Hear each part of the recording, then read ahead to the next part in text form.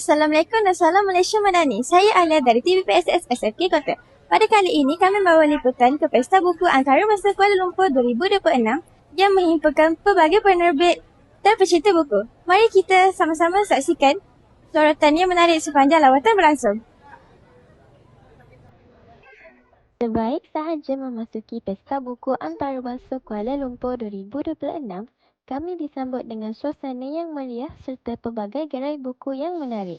Terdapat ribuan buku daripada pelbagai genre seperti fiksyen, ilmiah, komik dan motivasi.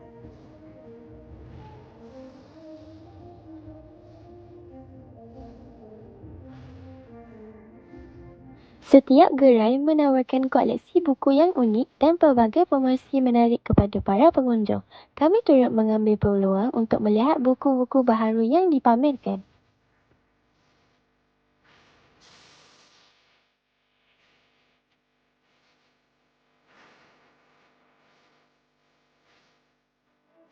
Suasana di Pesta Buku ini amat meriah dengan kehadiran pengunjung dari berbagai latar belakang.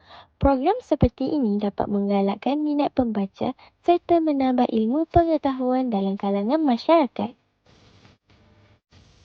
Assalamualaikum Puan, saya Alia dari TVPSS SFK Kota. Boleh Puan memperkenalkan diri serta karya yang dibawakan ke PBKL 2026? Waalaikumsalam warahmatullahi wabarakatuh. Saya Bonda Nur dari Bonda Nur Sdn Bhd. So, kita sekarang berada di Anjung Bonda Nur.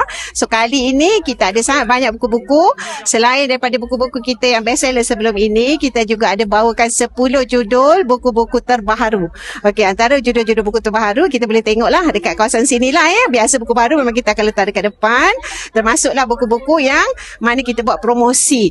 Jadi yang atas meja ni semuanya buku-buku yang kita buat promosi yang orang kata memang kau-kau lah. Okey, kalau nak tanya tentang buku terbaharu, ini adalah buku antaranya Kemeluk Hati, tulisan Profesor Dr. Siti Rugayah Tiba. Yang ini buku tentang refleksi surah An-Nisa terhadap kehidupan wanita. Jadi ini satu buku yang bagi saya wajib beli. Memang kena beli ni sebab sangat penting. Orang perempuan kan banyak drama. Betul tak? Awak banyak drama juga kan? Samalah. Jadi orang perempuan memang kena beli buku Kemeluk Hati. Okey. Yang terbaru daripada Bonda Nur sendiri ialah buku ni lah. Okey, buku tajuknya Pujuk Aku Ya Allah. Biasa merajuk tak? Biasa merajuk. Siapa pujuk? Pujuk diri sendiri. Pujuk diri sendiri. Ada sesuatu special yang kita bawa kat sini. Kita bawakan seni bagaimana Allah boleh memujuk kita. Okey, dalam keadaan kita sedih, kita rasa tak ada orang peduli, tetapi ada satu kuasa yang maha hebat, yang maha penyayang yang boleh memujuk kita. Tapi dekat sini, siapa yang selalu rasa orang tak peduli, tak dihargai dan sebagainya, memang boleh baca buku ni, insya-Allah akan rasa dihargai, rasa berharga. Ini buku Pujuk Aku Ya Allah yang Bonda Nur tuliskan khas untuk Pesta Buku kali ini. Kalau nak kira dia baru 3 hari berada. Maksudnya baru lahir, baru panas-panas dari kilang ni, masya-Allah. Dan kita juga ada buku. Ini kita panggil buku hafazan lah. Ni. Okey, dia ada kesinambungan. Sebelum ni kita ada buku Hafaz Al-Mulk. Kali ni kita ada buku Hafaz Al-Waqiah. Okey, dan satu lagi buku terbaru kita juga. Ni buku sangat penting lah. Sangat penting. Sebab apa? Nabi kata dalam tubuh manusia ada seketul daging. Kalau daging tu rosak, rosaklah semua. Muka cantik ke apa tak guna dah. Kalau daging tu rosak, apa daging tu? Itulah hati. Jadi buku ni sebenarnya dia bercerita tentang masalah hati.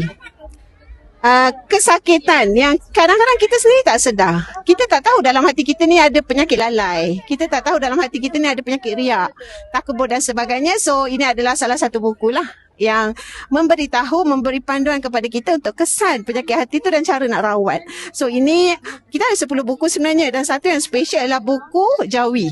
Buku Jawi ni antara yang best seller. Hari ni pun saya top up stok lagi. Iaitulah buku kaedah membaca Jawi. So ini adalah best seller kita jugalah. Sebab apa sekarang ni ramai sangat isu susahnya nak ajar anak Jawi kan. Tapi Bonda Nur alhamdulillah kita dah susun modul kat dalam ni supaya proses pembelajaran Jawi lebih mudah. Itulah yang dapat saya kongsikan sedikit. Terima kasih. Soalan seterusnya, apakah nasihat atau pesanan Puan kepada generasi muda yang bercita-cita untuk menjadi penulis? Masya Allah. Okey. konsep dia macam ni tau. Dalam hidup kita ni, sama ada kita menerima atau kita memberi. Awak suka menerima ke suka memberi? Memberi. Memberi. Menerima suka tak? Suka juga kan? Okey. Tapi kita akan ditulis tentang apa yang kita beri. So konsep penulisan ini kalau kita membaca, kalau kita baca buka buku macam ni, ia akan datang kepada kita. Tapi kalau kita menulis, konsepnya ialah kita memberi kepada orang. Jadi kepada sahabat-sahabat yang berminat untuk menulis, actually sebenarnya Allah dah berikan satu kecenderungan sangat baik. Okey, kena sambut perasaan rasa minat menulis tu supaya ia menjadi buku yang boleh dimanfaatkan oleh orang lain. Jadi saya serulah kepada golongan muda khususnya kan, ada sangat banyak tuntutan, tanggungjawab yang perlu kita sahut supaya terus menulis untuk generasi muda. Bunda Nur dah tua.